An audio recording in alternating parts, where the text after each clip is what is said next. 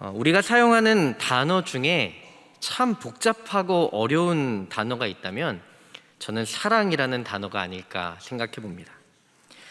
이 사랑이라는 단어는 참 다양한 모습을 가지고 있는 단어입니다. 단어는 하나인데 그 안에 담겨져 있는 의미는 때로는 자비, 긍휼, 연민, 배려, 존중, 용서, 다양한 의미로 이 뜻이 내포되어서 사용되어지기 때문이죠. 이뿐만이 아니라 수많은 감정들과도 연결되어 있습니다. 그래서 사랑은 대체로 인간의 긍정적인 감정과 연결되어 있지만 한편으로는 이 사랑 때문에 시기가 일어나기도 하고요, 또 질투가 일어나기도 하고, 또 미움과 다툼이라고 하는 감정과도 연결되어서 이 또한 한 가지로 표현할 수 없을 만큼의 굉장히 복잡한 그런 모습과 모양을 가지고 있는 단어가 바로 사랑이 아닐까 생각해 봅니다. 그래서 사람들은 저마다 자신이 주고 싶어하는 사랑이 있습니다. 또 반대로 받고 싶어하는 사랑이 있죠. 그래서 많은 사람들이 자신이 받고 싶어하는 사랑대로 다른 사람에게 사랑을 주곤 합니다. 그래서 누군가에게 사랑한다라고 표현하면서 내가 그 표현을 했을 때 상대방이 동일한 그러한 사랑을 나에게 표현해 주길 원하죠. 이 가운데서도 연애하실 때 끊임없이 당신 나 사랑해? 자기 나 사랑해? 계속 묻죠. 그런데 그 사랑을 이 사람이 원하는 사랑과 내가 말하는 사랑이 좀 초점이 맞지 않을 그런 순간들이 있습니다. 그래서 나는 사랑을 주었다라고 생각하는데 상대는 사랑을 받지 못했다라고 생각하고, 또 반대로 상대는 나를 사랑해 주었다라고 하는데 저 사람이 정말 나를 사랑하는 것이 맞나 하는 고민이 들 때가 우리 가운데 있습니다.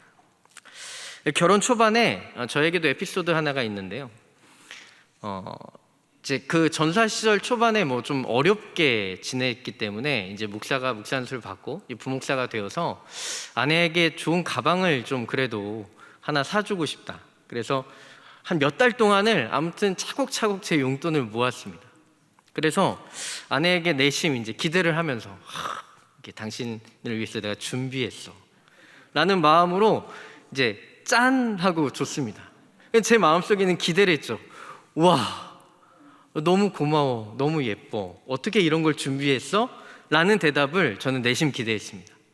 그런데 아내에게 돌아온 말은 이걸 왜 샀어? 라는 말이었습니다. 선물을 주면서도 저는 이미 받을 대답까지 제 마음속에 생각해 두고 있었던 것이죠.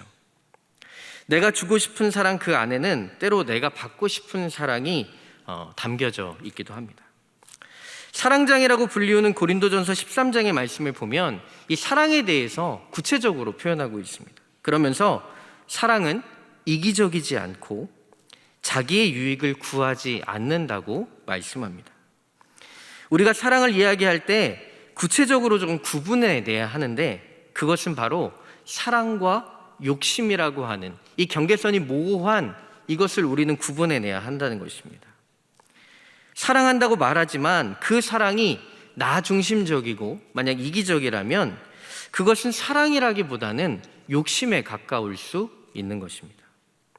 사랑과 욕심을 딱 경계선을 그어서 이것은 사랑이고 이것은 욕심이다 사실은 말할 수 없습니다. 그러나 어느 쪽에 더 가까운 것인지 우리는 끊임없이 점검해 봐야 하는 것이죠. 진정한 사랑은 서로 연결되어 있습니다. 하지만 단절되어 있는 사랑은 얼마든지 무례하거나 이기적일 수 있습니다. 나 자신을 위해 누군가를 사랑하고 나 자신만을 위해 사랑받기 원하는 마음이 있다면 이것은 사랑이라기보다는 욕심에 가까운 것입니다. 사랑이라고 말하지만 상대에 대한 이해하려는 마음, 또 존중하고자 하는 마음이 없다면 그 사랑은 자칫 폭력으로도 바뀔 수 있다는 것입니다. 오늘 우리가 함께 읽은 요한 1서 본문 3장 18절에서 19절의 말씀은 우리 가운데 이렇게 말씀하십니다. 제가 새번역 성경으로 한번 읽어드릴게요. 여러분들은 여러분이 가지고 계신 개역 성경을 이렇게 눈으로 읽으시면서 함께 말씀을 들어보세요. 자녀된 여러분, 우리는 말이나 혀로 사랑하지 말고 행동과 진실함으로 사랑합시다. 이렇게 함으로써 우리는 진리에서 났음을 알게 될 것입니다. 또 우리는 하나님 앞에서 확신을 가지게 될 것입니다. 하나님 그분은 사랑이십니다. 우리가 분명히 아는 그분의 사랑은 하나님 그분이 인간의 몸을 입고 이 땅에 오신 바로 그 성육신의 사랑입니다. 자신을 내어주심으로 보여주신 사랑, 그것이야말로 우리에게 말씀하시는 하나님의 사랑인 것이죠. 우리가 사랑을 하는데 말로만 사랑할 것이 아니라 예수님이 보여주신 이 사랑을 행함과 진실함으로 사랑할 때 이 예수님의 참된 진리가 무엇인지 우리가 깨닫게 될 것임을 우리에게 말씀해 주고 계십니다. 우리는 누군가에게 보여주기 위해 또 인정받기 위해 사랑하는 척을 할 수 있습니다. 하지만 이럴 때 우리는 예수님께서 우리 가운데 보여주신 이 사랑이 무엇인지 우리는 온전히 깨달을 수 없게 되는 것이죠. 정말 그랬습니다. 제가 고등학교 시절에 목회의 소명을 가지고 신학교에 갔지만 이 사역을 시작하면서 저에게 가장 큰 도전으로 다가온 것이 무엇이었냐면 사랑하는 것이었습니다. 단순한 가치나 생각으로서 이렇게 사랑하는 것이 아니라 사랑 중요하고 사랑해야지 이런 마음을 제 마음 가운데 갖는 것이 아니라 실제로 누군가를, 영혼을 사랑하는 것. 오늘 말씀처럼 행함과 진실함으로 실질적인 내 삶과 행동으로 내 온 마음을 다해서 사랑하는 일이 굉장히 어렵다는 것을 깨닫게 되었습니다. 저는 얼굴에 좀 표정이 드러나는 사람입니다. 그래서 얼굴을 잘 숨기지 못해요. 제가 불편하면 얼굴에 다 드러나고요. 제가 좋으면 얼굴에 참 잘 드러납니다. 그래서 이렇게 얼굴을 속이고 좀 괜찮은 척, 또 사랑하는 척, 좋은 척, 인자한 척 이렇게를 잘 못합니다. 그래서 사랑해야 될 순간, 무언가 마음이 불편하고 어려운데 그것을 넘어서 사랑해야 되는 그런 순간에 제가 잘 되지 않는 것을 제 스스로 참 많이 깨달았습니다. 죄송한 말씀이지만 처음에는 교회학교 아이들도 그렇게 사랑스럽지 않았습니다. 제가 처음에 교회학교 사역을 할 때는 아이들이 왜 이렇게 말을 안 듣는지. 저는 외동입니다. 저는 외동이고 저희 친가하고는 제가 어렸을 때 부모님이 이혼을 하셔서 친가 쪽의 친척하고는 거의 교류가 없고요. 외가 쪽에서는 제가 학렬이 굉장히 높습니다. 그래서 제 또래들한테는 다 제가 아저씨 뻘이거든요. 그러다 보니까 저와 비슷한 또래와 이렇게 교류를 한다든지 누군가 제 방에 와서 어떤 물건을 만지는 그런 것들에 대해서 별로 저는 경험이 없었죠. 근데 교회학교 사역을 하면 아이들이 왜 이렇게 귀찮게 하는지, 제가 처음 사역을 할 때 참 귀찮은 존재들이 아이들이었습니다. 그때로부터 제 삶을 돌아보니 저의 가정 환경, 제가 조금 아까 나눴던 성장 배경, 그리고 제가 가지고 태어난 성격 유형 가운데 내 안에 사랑이 충분하지 않았겠구나, 이런 이해함이 제 스스로에게도 좀 생겨났습니다. 그래서 사역을 하면서 내 안에 참 사랑이 없다, 그래서 언젠가는 참 많이 낙심하기도 하고 이런 내가 사역을 할 수 있을까, 목회의 길을 가도 되는 것일까, 이런 고민들을 하기도 했습니다. 그래서 늘 사역을 하면서 제가 구했던 기도가 있다면 하나님, 내가 사랑 있는 사람이 되게 하여 주옵소서, 이런 기도를 참 많이 했던 것 같습니다. 그런데 어느 순간 제가 아무리 사랑을 가지고 있다 한들 내가 가진 사랑으로서는 사랑하고 용납할 수 있는 사람이 손에 꼽힐 만큼 적다는 것을 발견했습니다. 인간의 사랑으로는 누군가를 사랑한다는 것이 얼마나 제한적인 일인지를 발견하게 되었죠. 그때부터 제 기도가 조금 바뀌었습니다. 어떻게 바뀌었냐면, 주님, 나의 가진 사랑으로는 한계가 있습니다.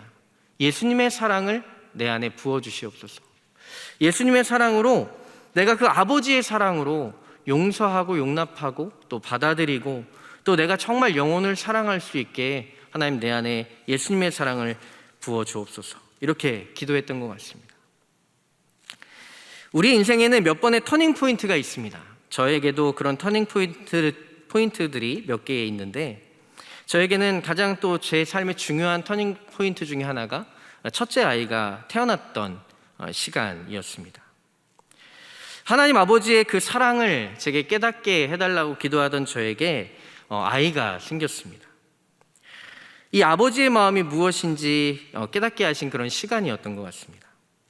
아내가 임신 6개월 때 초음파 검사를 하던 중에 태아의 심장에 조금 이상이 있다는 소견을 받게 되었습니다. 그래서 큰 병원으로 가보라는 이야기를 듣고 마침 제 친구 중 한 사람이 서울대병원 레지던트로 있었기 때문에 주저하지 않고 서울대병원으로 가게 되었습니다. 그 안에서 검사를 해보니까 팔로사징이라고 하는 이 선천성 심장병 중에서도 좀 복합적인 심기형, 여러 개의 복합 징후들이 같이 나타나는 그런 심장병을 아이가 갖고 있었습니다. 또 그뿐만 아니라 폐동맥으로 가는 판막이 부재하여서 역류가 일어나고 있는 굉장히 복잡한 심장 기형을 갖고 있다는 이야기를 듣게 되었습니다. 처음에는 너무 힘들고 고통스러운 시간이었습니다. 그리고 하나님을 원망하기도 했습니다. 하나님, 제가 하나님의 주의 길을 간다고 이렇게 했는데 어떻게 저에게 이러실 수 있습니까? 원망해 보기도 하고 호소해 보기도 하고 나중에는 치유해 주시길 또 살려주시길 그렇게 기도했던 것 같습니다. 많이들 기도해 주시기도 하고 그랬죠. 그러다 출산일이 다가왔고 출산일 전날 이제 그 다음날 출산하기 위해서 입원을 하였는데 저녁에 그 친구가 저에게 나누고 싶은 이야기가 있다라고 해서 병실을 찾아왔습니다. 저는 그날 저녁 그 친구와 그 서울대병원 그 한 바퀴를 돌면서 그때의 냄새, 그때의 하늘 풍경, 그때의 느낌 이런 것들이 지금도 기억이 납니다. 그 친구가 저에게 이렇게 이야기를 했습니다. 세연아, 내가 너 친구니까 이야기해 줄게. 아이가 상태가 그렇게 좋지가 않아. 그래서 태어나는 과정에서도 떠날 수 있고 태어나서도 오래 못 살 수 있어. 그러니 네가 마음에 좀 준비를 했으면 좋겠다. 그 이야기를 듣고 혼자 병원을 계속 도는데 그날따라 유독 그렇게 노을이 참 예뻤습니다. 제가 그래서 핸드폰 사진으로도 그날 하늘을 찍어 놓았는데요. 그러면서 처음 제가 하나님 앞에 이런 기도를 했던 것 같습니다. 하나님, 이 아이를 데려가셔도 제가 하나님을 떠나지 않겠습니다. 그 전까지는 정말 이 아이를 살려주실 것, 회복시켜 주실 것만을 위해서 기도했던 것 같습니다. 하지만 그 순간부터는 제 의지가 아닌 어디론가부터 오는 힘에 의지하여서 제가 이렇게 기도했던 것 같습니다.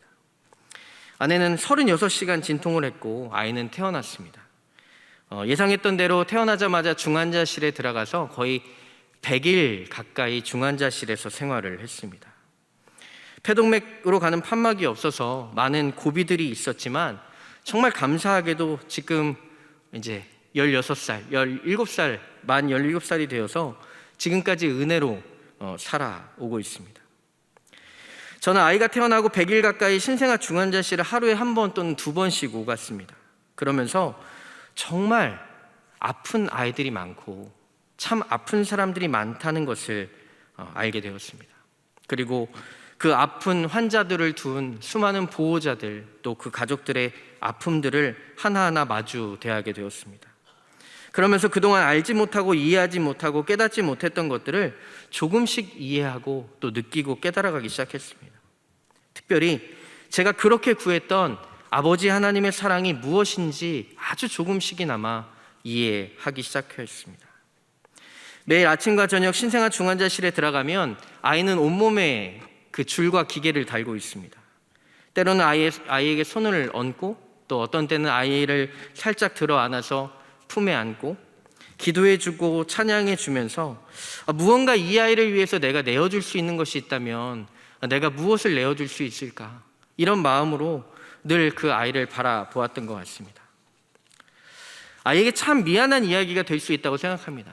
저에게는 이러한 과정들과 이 아이를 통해서 겪었던 일들이 제 삶에는 은혜로 고백되지만 아이는 평생 살아가야 될 삶의 고통과 아픔이기 때문에 저는 쉽게 이것을 제 삶의 은혜라고만 고백할 수는 없습니다.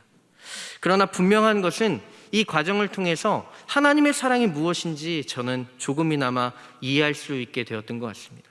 제가 기도했던 것처럼 말입니다. 그저 저는 사랑을 구하고 하나님의 사랑이 무엇인지 알 수 있었으면 좋겠다. 주님, 내 안에 예수님의 사랑이 무엇인지 온전히 깨달을 수 있었으면 좋겠다 기도했는데 하나님께서는 그것을 저의 자녀를 통해 제 안에 분명히 보게 하셨습니다. 자신을 내어주신 아버지의 사랑이 무엇인지 아주 조금이나마 느낄 수 있었습니다. 어떻게 하면 그 아픔 가운데 내가 무엇인가 이 아이를 위해 내어줄 수 있는 것이 없을까? 그것을 고민하고 기도하며 때로는 눈물로써 아이를 향해 나아갔던 그 마음. 그래서 저는 지금 늘 의심하지 않는 것이 있다면 하나님께서는 우리의 아픔 그 순간에 다른 곳에 계시지 않고 바로 우리 곁에 계신다는 사실입니다. 우리와 함께 눈물 흘리며 함께 아파하고 우리를 함께 바라보시며 그 아픔 가운데 우리가 일어서기를 하나님께서는 끊임없이 기다리고 계신다는 사실입니다. 그 시간이 아니었다면 이 사랑을 이해하는데 저는 지금보다 굉장히 많이 부족했을 것이라고 생각합니다. 그래서 지금은 아이들만 보면 너무 예쁩니다. 제가 그 전사 시절 아이들이 조금만이라도 저를 귀찮게 하거나 저를 힘들게 하거나 저에게 막 많은 말들을 하면 그것이 참 힘들고 어떤 때는 사역으로는 했지만 어떤 때는 참 피곤하기도 했습니다. 그런데 지금은 어떤 아이든지 제품에 달려오고 저에게 이야기를 하고 저를 귀찮게 해도 그 아이들의 존재만으로도 얼마나 귀한지, 그 아이들이 건강하게, 그 아이들이 예쁘게 교회에 와서 예배하는 그 모습만 바라봐도 얼마나 행복하고 아름다운지 고백할 수 있게 되었습니다. 그리고 그 이후로는 그 이전까지 제가 사역을 하며 아픈 이들이 있으면 병원을 찾아가 기도하고 또 누군가 힘들어하고 있는 이들이 있다면 그들을 찾아가 위로했지만 제 아이가 아프고 나선 정말 아프고 힘들고 고통스러운 사람들이 있다면 그 이전과 달리 정말 그 사람이 얼마나 아픔 가운데 고통 가운데 있는지를 아주 조금이나마 함께 마음으로 품고 기도하며 또 위로할 수 있게 되었습니다. 요한일서 4장 16절의 말씀은 우리 가운데 이렇게 말씀하십니다. 하나님이 우리를 사랑하시는 사랑을 우리가 알고 믿었노니 하나님은 사랑이시라. 사랑 안에 거하는 자는 하나님 안에 거하고 하나님도 그의 안에 거하시느니라. 하나님 그분의 사랑, 하나님 그분이 사랑 그 자체이시기 때문에 우리가 사랑 안에 있으면 하나님 안에 있는 것입니다. 하나님이 어떤 분이신지 알게 된다라고 우리가 사랑을 할 때 우리는 그 하나님의 마음을 알게 된다고 말씀하십니다.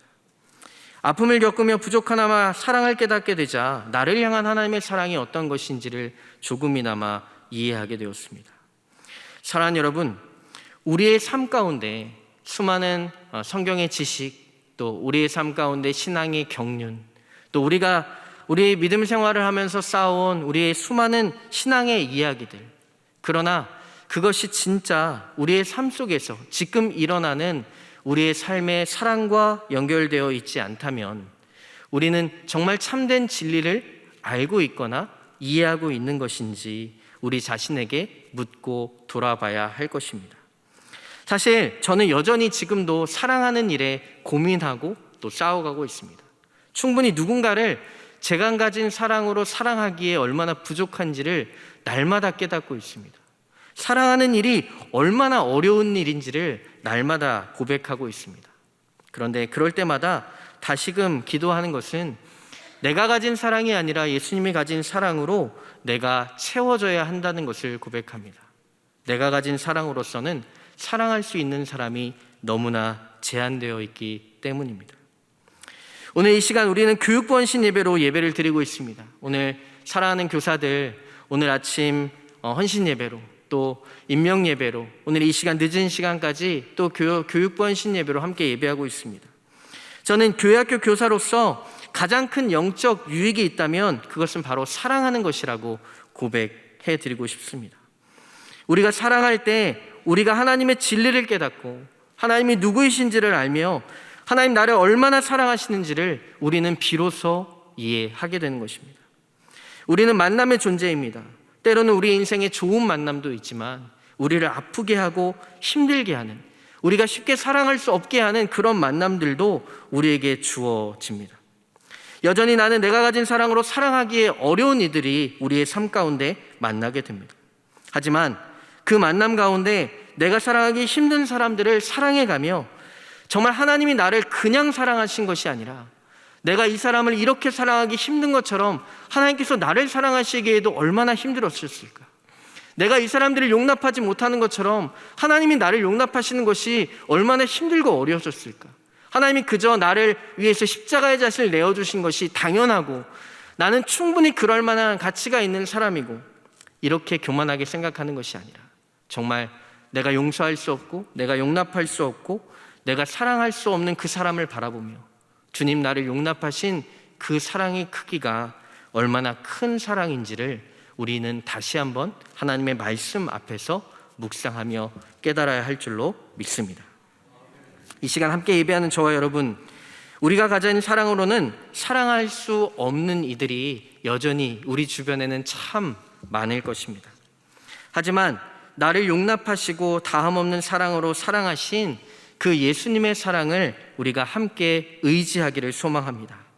그분의 사랑으로 우리가 사랑할 때 무엇보다 나를 향한 하나님의 사랑의 크기가 얼마나 크고 놀라운 것인지를 우리는 분명히 다시 한번 깨닫게 될 줄로 믿습니다. 오늘의 말씀처럼 우리가 사랑할 때 그 사랑함 가운데 예수 그리스도의 참된 그 진리가 무엇인지 우리는 온전히 깨닫고 고백하게 될 줄로 믿습니다.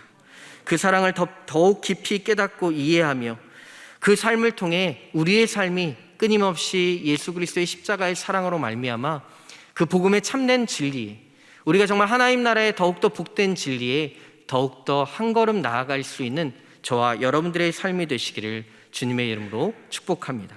함께 기도하겠습니다.